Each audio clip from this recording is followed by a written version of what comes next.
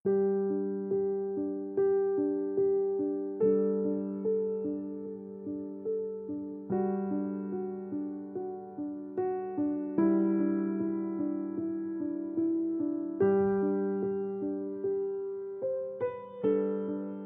Saat Teduh Gereja Kristen Jakarta, Minggu 4 Mei 2025. Judul renungan, bukan pemegang kendali.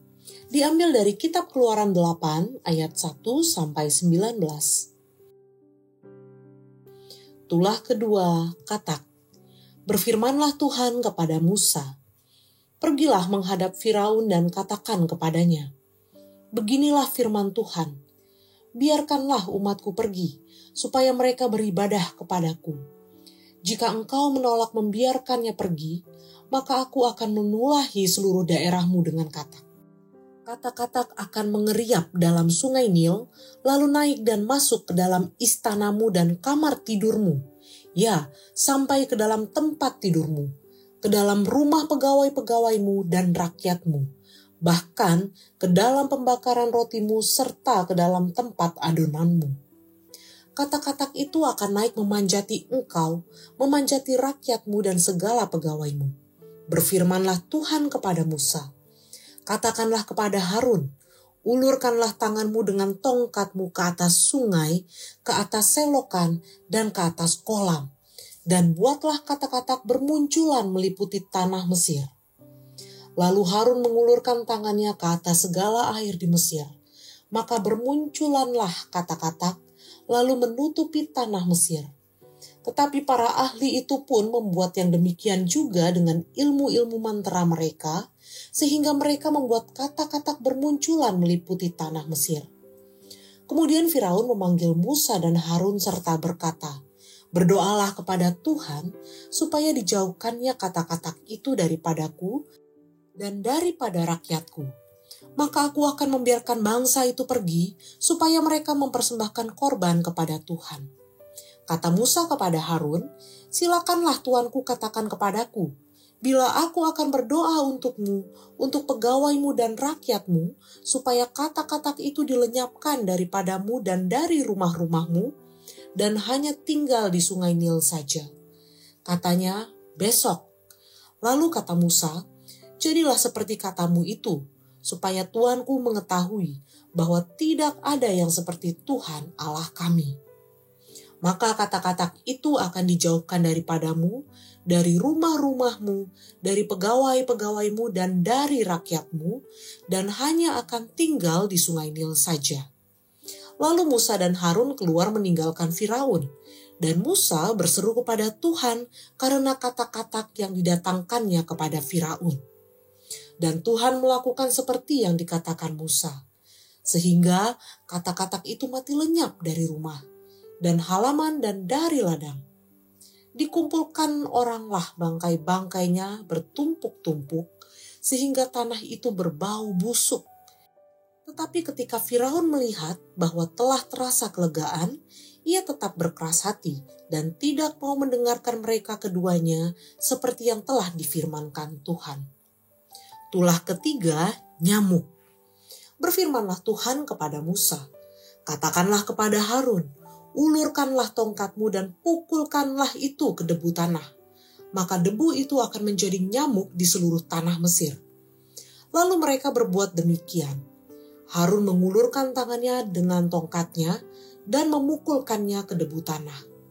Maka nyamuk-nyamuk itu hinggap pada manusia dan pada binatang. Segala debu tanah menjadi nyamuk di seluruh tanah Mesir. Para ahli itu pun membuat yang demikian juga dengan ilmu-ilmu mantranya untuk mengadakan nyamuk-nyamuk. Tetapi mereka tidak dapat. Demikianlah nyamuk-nyamuk itu hinggap pada manusia dan pada binatang. Lalu berkatalah para ahli itu kepada Firaun, "Inilah tangan Allah." Tetapi hati Firaun bersikeras dan ia tidak mau mendengarkan mereka seperti yang telah difirmankan Tuhan. Media sosial Indonesia tengah diramaikan dengan fenomena kabur aja dulu yang mencerminkan keresahan generasi muda akan masa depan Indonesia. Ungkapan ini mengekspresikan ketidakpuasan terhadap kondisi politik dan ekonomi Indonesia karena sulitnya mendapatkan pekerjaan, akses pendidikan, serta kesejahteraan yang layak. Untuk dapat kehidupan yang lebih layak dan terjamin, maka kabur ke luar negeri menjadi solusinya.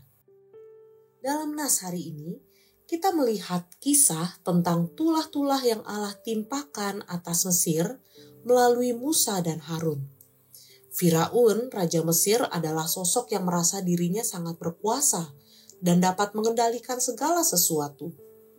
Namun, semuanya menjadi terbalik ketika Allah melalui tulah-tulah itu menunjukkan bahwa dialah yang memegang kendali atas segala ciptaan. Meski memiliki kekuasaan besar, Firaun tidak mampu menghentikan tulah-tulah ini. Ia justru tidak menghilangkan katak dan nyamuk, melainkan menambah jumlahnya sehingga kondisi Mesir semakin menyeramkan. Tetapi ketika keadaan mulai pulih, Firaun mengeraskan hatinya dan tidak mau mendengarkan Tuhan. Jika saja kita belajar untuk melepaskan kendali kita atas hidup kita dan belajar percaya kepada kebaikan Tuhan, niscaya kita tidak mengalami seperti yang dialami Firaun. Semakin banyak upaya melawan kehendak Tuhan, semakin kita terjerat dalam kesulitan. Semakin kita mengeraskan hati dan mengandalkan kekuatan sendiri dan orang-orang di sekitar kita, semakin besar penderitaan yang kita alami. Pada akhirnya, karena kekerasan hati Firaun, ia kehilangan seluruh anak sulung Mesir, tak terkecuali keluarga Firaun sendiri. Kita belajar mempertimbangkan akan hikmat Tuhan sebagai landasan kehidupan kita. Karena Allah yang memegang kendali akan menyertai kita.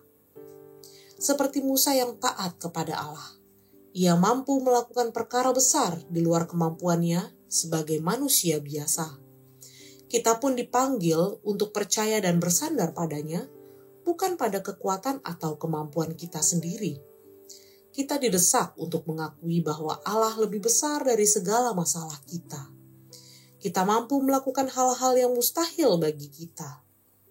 Meskipun kita bukan pemegang kendali, kita dapat tahu bahwa Tuhan itu dapat dipercaya dan telah terbukti dalam sejarah bangsa Israel. Karena itu, bersyukurlah sebab Allah selalu ada untuk kita. Ia memelihara dan menyediakan segala yang kita butuhkan. Sama seperti Israel yang dilindungi Allah di tengah tulah-tulah di Mesir, kita pun dilindungi olehnya. Saat manusia berhenti mengendalikan, kuasa Tuhan mulai nyata. Terpujilah Tuhan.